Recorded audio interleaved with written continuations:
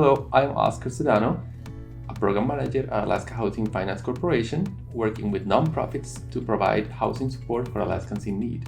Hi, I am Jennifer Smirud, also a program manager at Alaska Housing Finance Corporation, and I staff the statewide Homeless Housing Office. The purpose of this video is to provide an introduction to managing budgets, accounting for expenses, and remaining in compliance with your state-funded homeless service grants. The information we are providing is for state funding.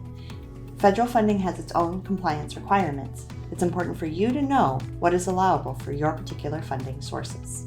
How about we start with a few best practices that will help you be responsible stewards of grant funds and keep you organized throughout the length of the grant. Have clearly defined policies and procedures that provide guidance on allowable expenses, reporting requirements, and documentation.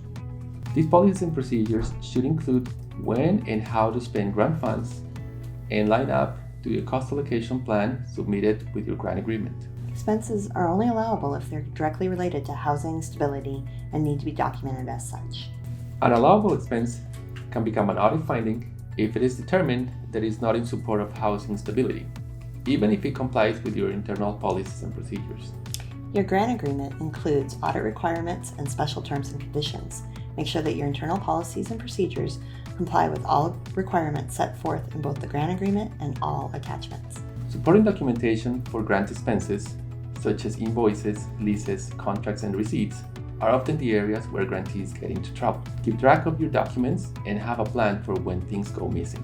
Your policies and procedures should help you determine what is a reasonable expense. Only costs that are necessary, reasonable, and allowable can be charged to the grant. A grantee must have a cost allocation plan that fairly allocates costs between grant activities and non-grant activities.